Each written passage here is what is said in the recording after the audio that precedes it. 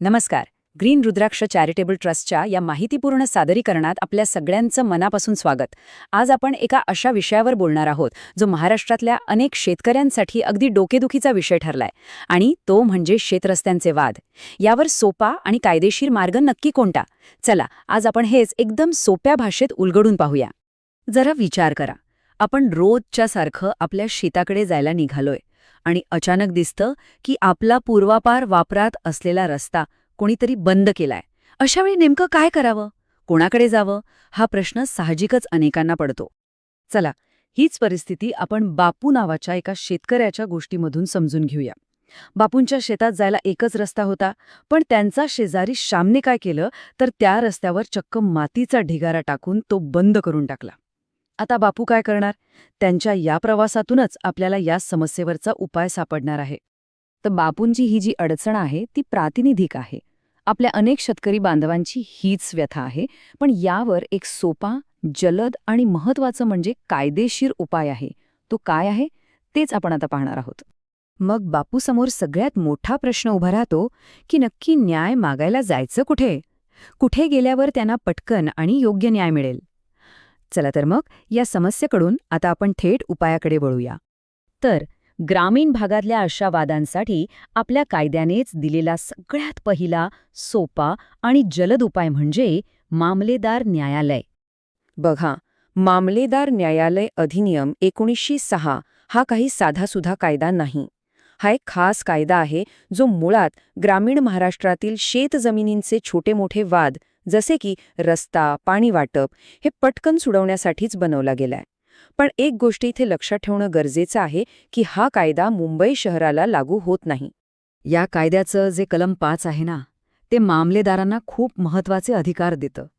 ते फक्त शेतरस्त्यावरचा अडथळा दूर करा असा आदेशच देत नाहीत, तर पाण्याचा वापर पुन्हा सुरू करायला लावू शकतात, जमिनीचा ताबा परत मिळवून देऊ शकतात, आणि महत्त्वाचं म्हणजे भविष्यात असा त्रास पुन्हा होऊ नये म्हणून मनाई हुकूमसुद्धा काढू शकतात. आणि सगळ्यात चांगली गोष्ट म्हणजे अर्ज करायची प्रक्रिया एकदम सोपी आहे. यासाठी तुम्हाला वकीलच लावला पाहिजे असं काही नाही. साध्या कागदावर अर्ज लिहिला तरी चालतो. फक्त त्यात अडथळा कोणी आणि कसा केला हे स्पष्टपणे लिहायचं. पण हो, एक गोष्ट मात्र अजिबात विसरू नका. रस्ता अडवल्यापासून 6 महिन्यांच्या आतच अर्ज दाखल करावा लागतो. ही मुदत खूप महत्त्वाची आहे. आता हा मुद्दा खूप खूप महत्त्वाचा आहे. नीट समजून घ्या. मामलेदार न्यायालयाचा कायदा हा फक्त तुमचा जुना, पारंपरिक, वापरातला रस्ता जर कोणी अडवला असेल तर तो मोकळा करण्यासाठी आहे. ह्या कायद्याखाली आपण नवीन रस्त्याची मागणी करू शकत नाही. चला, पुन्हा आपल्या बापूंच्या गोष्टीकडे येऊया. मामलेदारांनी बापू आणि श्याम दोघांची बाजू ऐकून घेतली आणि श्यामला तो मातीचा ढिगारा काढायला सांगितला. आदेश तर झाला, पण श्यामने तो आदेश मानलाच नाही तर काय. आणि व्यवहारात अनेकदा असंच होतं. इथेच खरी अडचण सुरू होते. आणि ह्याच समस्येवर उपाय म्हणून कायद्यात एक अशी जबरदस्त सुधारणा झाली आहे जी शेतकऱ्यांना एक नवं बळ देते, एक नवीन अधिकार देते. हे बघा, मामलेदार न्यायालय सुधारणा अधिनियम 2025 मुळे आता शेतकऱ्याला एक खूप मोठा हक्क मिळालाय. डिसेंबर 2025 नंतर जर कोणी मामलेदारांचा आदेश पाळला नाही तर पीडित शेतकरी थेट तहसीलदारांकडे अर्ज करू शकतो आणि त्या आदेशाची अंमलबजावणी करण्यासाठी त्वरित पोलीस संरक्षण मिळवू शकतो. आणि यासाठी खर्च किती येतो? 0, 1 रुपयाही नाही. हे पोलीस संरक्षण शेतकऱ्याला पूर्णपणे मोफत आणि कायद्याने बंधनकारक आहे. ही शेतकऱ्यांसाठी खूप मोठी आणि दिलासादायक गोष्ट आहे. बरं, आता एक थोडा वेगळा विचार करूया. समजा फक्त रस्ताच नाही तर संपूर्ण गावाच्याच सीमा बदलल्या आणि ते गाव शहराचा भाग बनलं, तर मग कायदेशीर परिस्थितीत काय बदल होतो? म्हणजे बापूंचं गाव जर नगरपालिकेत किंवा महानगरपालिकेत सामील झालं तर तिथे मामलेदार न्यायालयाचा अधिकार लागू होईल का?